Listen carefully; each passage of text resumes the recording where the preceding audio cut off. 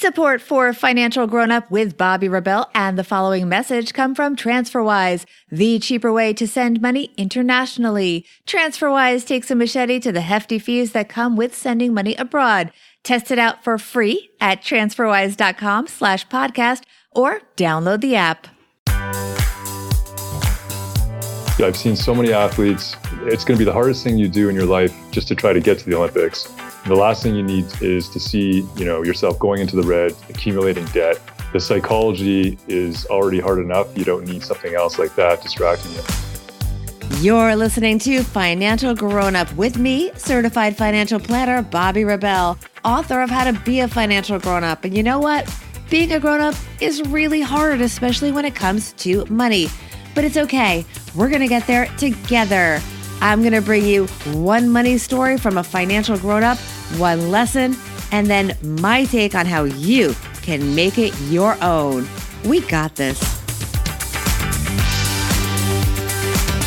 Hey friends, very excited about today's guest. We have our first Olympian on Financial Grown-Up, our first athlete overall, in fact, Jeremiah Brown. He won a silver medal as part of the Canadian rowing team at the London Olympics and wrote a book about it called The Year Olympian. But if you met him earlier in his life, you most likely would never have predicted that kind of achievement. At 17, he came very close, in fact, to going to prison. He was a father at 19, and there's a lot more to the story. I will let him take it from here. Here is Jeremiah Brown. Jeremiah Brown, you are a financial grown-up. Welcome to the podcast. Thanks for having me, Bobby. And I'm so excited because, Jeremiah, you are the first athlete that we have had, and you are also a silver medal winner in the Olympics. So congratulations on that. Thank you. And honored to bring maybe a different perspective. Yes. Well, you're also out with an amazing book, The Year Olympian, which is talking about how you got there in just 4 years. And it's a story of perseverance and grit and determination, but also financial planning, which is part of why I wanted to have you on the podcast. Tell us your money story and how that helped you become an Olympic silver medalist. Yeah, let me set the scene for you. I was 23 years old. I was in my first job at a bank as an analyst. I had this dream to go to the Olympics, and I had this problem of how I was going to fund that dream. I also had a young son at the time. I started early in life, and I was thinking, how am I going to pay for his daycare, which was $800 a month, my housing costs, which at the time I was renting a nice house at this lake in Victoria in British Columbia, Canada. And that was costing me, I think, $1,500 a month. And so I had this cost of living that I needed to ratchet down if I was going to be able to figure out how to fund my Olympic dream. So what did I end up doing? Well, I saved every penny of my disposable income for a full year for my job. I moved from that expensive rental into a really small condo. 500 square feet, so it was pretty tight for... With your son? Yeah, with my son and his mom. There were three of us. Wow. And we were in this shoebox condo, but eventually I got my housing cost was down to about $600 a month. And then I was able to make it work just to train that first full year with the national team before I was able to get the federal funding that really only bumped me up to $18,000 a year, but it was able to cover my basic costs. So Canada has some funding for athletes. Just tell us briefly, explain that. Yeah, so Canada, once you get to the senior national team level and you're competing internationally in your sport, if it's an Olympic sport, the federal government will give you, it's called carding. It's a monthly stipend. And when I was competing, it was $1,500 a month was the most you could get. And it's very similar to the US. They have different amounts down there, but it's a similar kind of system. So you had 4 years, which goes to your book, 4 years to get to the Olympics. How much would you say you invested in preparing for the Olympics? What does it cost to get to the Olympics, starting from scratch? It depends on how you do it. So for me, I knew I was going to need about $12,000 of my own money to cover the shortfall in the first year. So when I first started, I was going to get a little bit of funding from the government. I knew that. It was called development funding. And then the whole plan hinged on me performing better and better over time and getting up to that higher level of funding. So I was able to come through this without any debt and with expenses of each of those years of about, I'd say, between $25,000 and $30,000 of core living expenses. And then the team covered, the travel, and they provided some of the training, and some of those other expenses were already covered. So I just lived lean, and luckily as an athlete, you're training so much that you're not spending a lot of money either. Right. And it's also psychological. It's important psychologically that you not be stressed out about money. It's huge. I've seen so many athletes who it's going to be the hardest thing you do in your life anyways, just to try to get to the Olympics. And the last thing you need is to see, yourself going into the red, accumulating debt. The psychology is already hard enough. You don't need something else like that distracting you.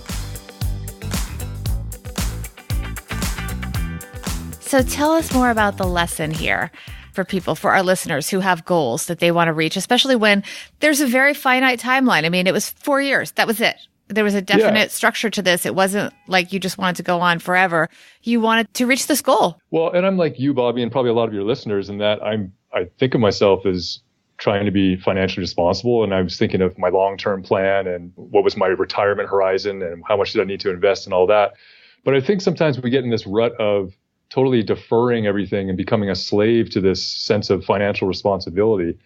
And I think, my lesson for the listeners is that you can chase these personal dreams without it totally, destroying your financial plan. I'm back on track to where I was sort of pre-games. And I think if you have a well-planned strategy and you're willing to invest in yourself at any stage of life, it's something you're not going to regret. What was the reaction when you kind of left your job and said, this is what I'm going to do? Well, it's funny when you try to do this, like when you chase incredible goals, in fact, people around you will rally around you. And the bank actually supported me. They said, okay, you can take a leave of absence. I ended up taking, I think it was a record for this bank. It was TD Bank, one of the biggest banks in Canada. And I think I ended up being on a leave of absence for 18 months, and the policy was up to 6 months. So they were really behind me, and they actually supported what I wanted to do. First of all, congratulations so much. It's so exciting. And I love the fact that you actually came back with a medal, because sometimes people invest so much and unfortunately they don't turn out as well as your dreams did. So I just want to make sure to really congratulate you. It's just amazing. And congratulations on your book. We're going to talk more about that in one sec. I want to get your money tip though, because you talked about your young son. Your son is now 12 years old. Yeah. Tell us your money tip, because it has to do with when you're out with your son. All right. So my son and I, we travel quite a bit for his sports. And when we're on the road. What, is he a rower also? Well, not yet, but he's playing basketball. He's on the city basketball team for his age group. And so we're going to tournaments a lot. We're traveling for his sports. And yeah, we need to stop and we need to eat while we're on the road. And one of the ways I try to teach him and save money is to just ask for a cup of water at the restaurant, whether it's a fast food place or anywhere. Just say, can I just have a glass of tap water? Maybe it's a little embarrassing for him, but it's just trying to teach him that, you can save incrementally here and there, and that's a good place to do it. Don't buy the $4 or $5 fountain pop. Just get a cup of water. It's free, and enjoy your meal. And healthier and better for the environment. That's a really good point. I'm glad you said that, because all of those plastic bottles are very bad for our environment. And sometimes they can even give it to you in a glass, not a disposable cup, which is even better. So it's important to save money and save the environment. Tell me more now about the Year Olympian, your new book. Okay. So this book, it's the Year Olympian. And it took me 5 years to write the book about the story. So, so wait, it took you longer to write the book about your 4-year journey to the Olympics than it did to get to the Olympics. It did. It was the second hardest thing I've done in my life, and it's just difficult in a different way. It's sort of an intellectual kind of masochism as opposed to just a brutal physical and mental effort. So it's essentially a memoir from when I became a young father at the age of 19, and I was faced with this. To me, it felt like a predictable path in life, and I still felt like I had potential as an athlete. I went and chased this dream, and really the book is an exposition on overcoming self-doubt and what happens when you enslave yourself to a goal like I did. You allude to struggles. I know you were a young father. It sounds like it was unexpected. What other struggles did you have earlier in life? Well, I got into a little bit of trouble when I was 17. I guess I technically was a juvenile delinquent.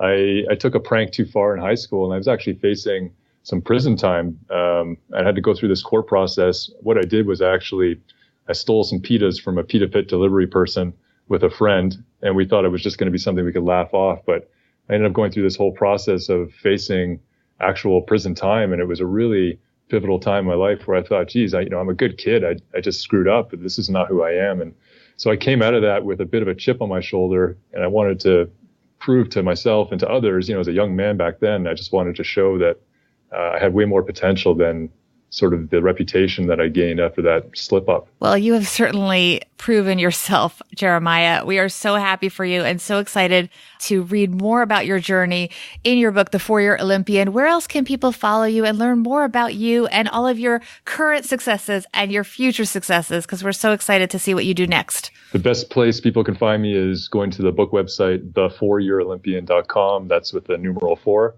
and you can find me there. Wonderful. And on social media? I'm on Twitter at Jeremiah F. Brown, and I'm on Instagram. Just started. I'm not, I'm working on it. But baby steps. It's okay. That's BrownJF24. Amazing. Thank you so much for sharing your story and being part of Financial Grown Up. We really loved having you. Thank you, Bobby. Jeremiah was able to focus on his training because he had a financial plan in place, and he is right. For athletes or anyone working intensely towards a goal, financial stress is one distraction you don't want to be fighting up against. Financial grown-up tip number 1, don't be so quick to quit your job to live your dream if you can avoid it. Jeremiah took a leave of absence, and because he had been a strong employee and was valued by his company, because he got them on board, and they were with the program, he was able to take a much longer leave of absence than was in their official corporate policy. He knew he had something to go back to when he needed it, if he wanted.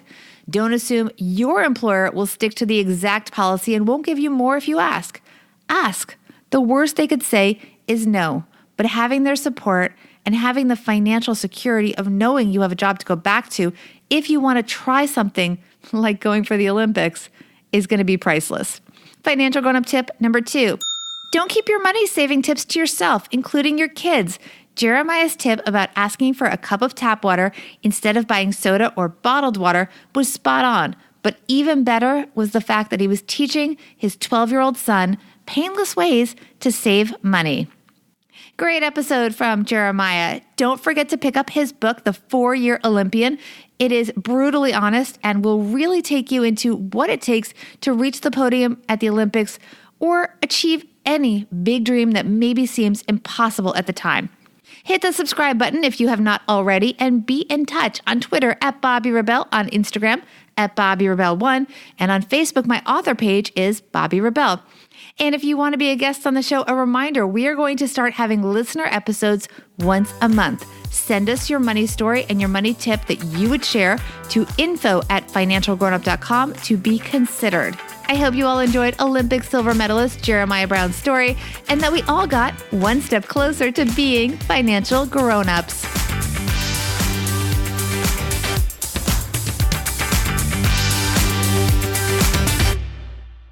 Financial Grown Up with Bobby Rebell is edited and produced by Steve Stewart and is a BRK Media production.